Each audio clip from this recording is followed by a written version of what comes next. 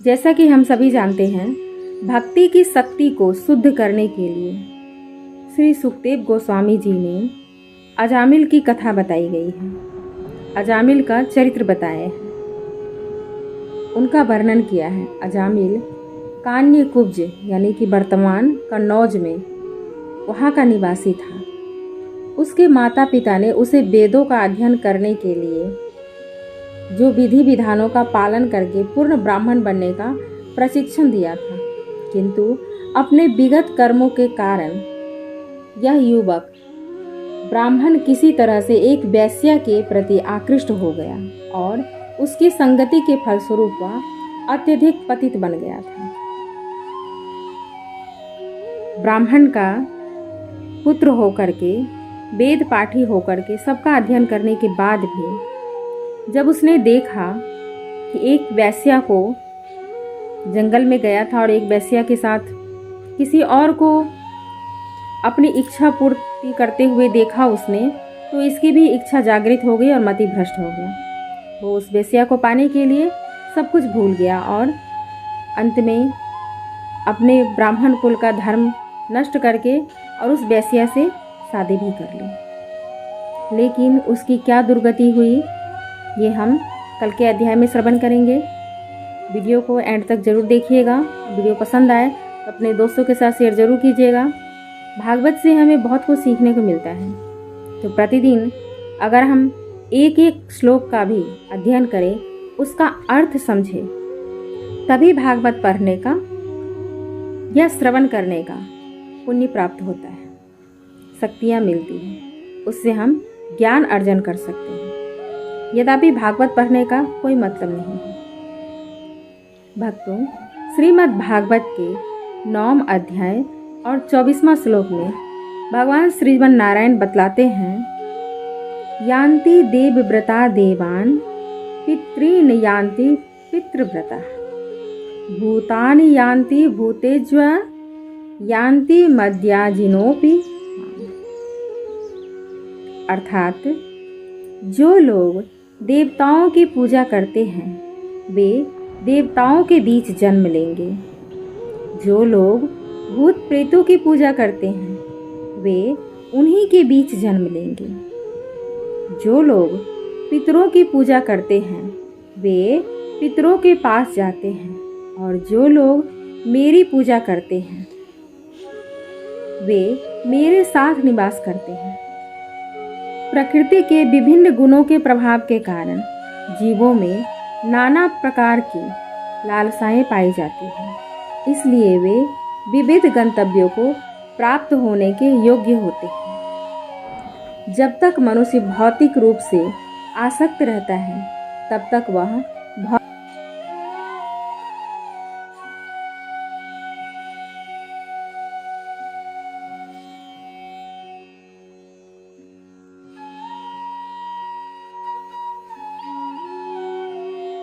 वे मेरे पास आते हैं। जो भगवान की पूजा करते हैं वही उनके पास जाते हैं। यदि किसी को परम भगवान तथा उनके धाम के विषय में जानकारी नहीं होती, तो वह केवल उच्च भौतिक स्थिति तक ऊपर उठना चाहता है, किंतु जब वह इस निष्कर्ष पर पहुंचता है, तब इस जगत में बारंबार जन्म मृत्यु के अतिरिक्त कुछ भी नहीं चाहता है। तो वह भगवत धाम वापस जाने की कोशिश करता है।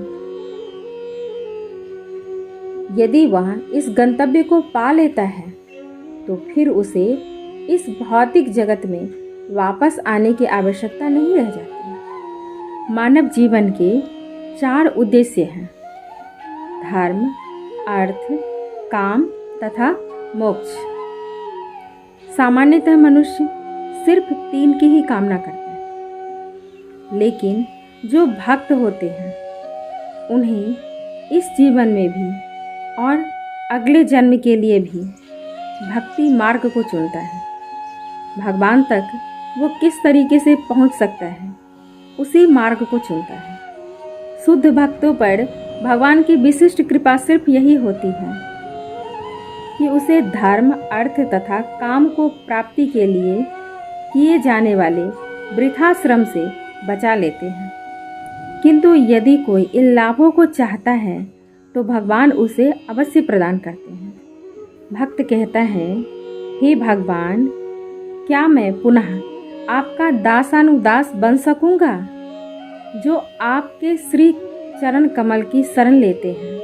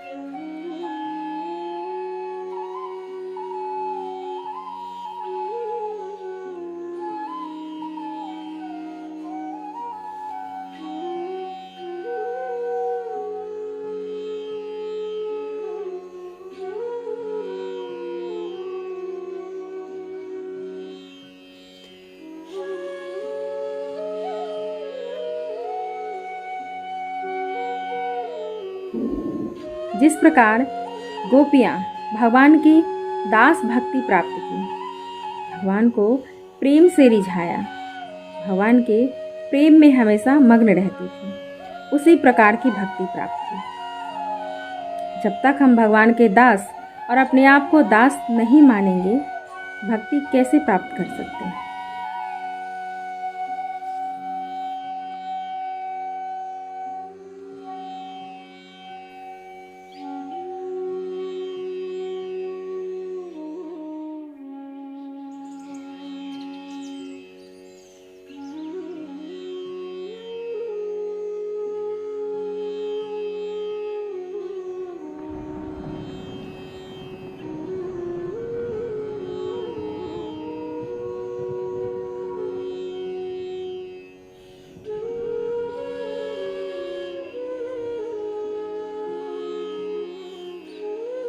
यश के प्रचार में लगाएं, भगवान के कीर्तन में लगाएं, कीर्तन के द्वारा उनके यश का प्रचार करें। इस प्रकार से जो भक्त भगवान की प्रेमा भक्ति करता है तो उसका जीवन सार्थक हो जाता है। भक्तों, शुद्ध भक्त को हमेशा यही लालसा रहती है कि हम भगवान के निकट पहुंचकर उनकी सेवा करें। जिस प्रकार छोटे छोटे पक्षी को ये आशा रहती है कि मेरी माता मुझे आकर के जब तक अन्न नहीं खिलाएगी तब तक मुझे भोजन नहीं मिलेगा, मेरा पेट नहीं भरेगा।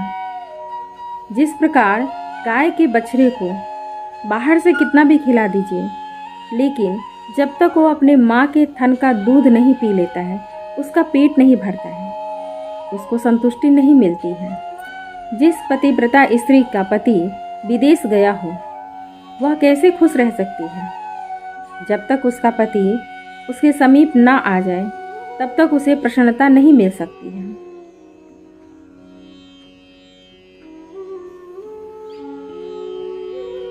इसी प्रकार भक्त को भी जब तक भगवान के समीप जाकर के सेवा ना कर ले, उनकी पूजा अर्चना ना कर ले, तब तक उसे संतुष्टि नहीं मिलती है। चाहे भौतिक कामनाओं से पूर्ण हो या उससे मुक्त या मुक्ति का इच्छुक हो, उसे हर वक्त भगवान की ही सेवा करनी चाहिए। बुद्धिमान मनुष्य को सभी प्रकार से परम पुरुष परमेश्वर की ही पूजा करनी चाहिए, उनका ही मनन करना चाहिए। यह सिद्ध मनुष्य का परम कर्तव्य है। कहा गया है कि जिसका रूप तो मनुष्य की तरह हो लेकिन आचरण पशु के समान हो, वह नर पशु या द्विपद पशु कहलाता है। जो मनुष्य कृष्ण भावनामृत में रुचि नहीं रखता है, उसको भर्त्सना यहाँ नर पशु के रूप में मानना चाहिए। यानी कि सब ओर से भगवान की भक्ति को ही मान्यता दी गई है, विशेष रूप से उसे ही माना गया है।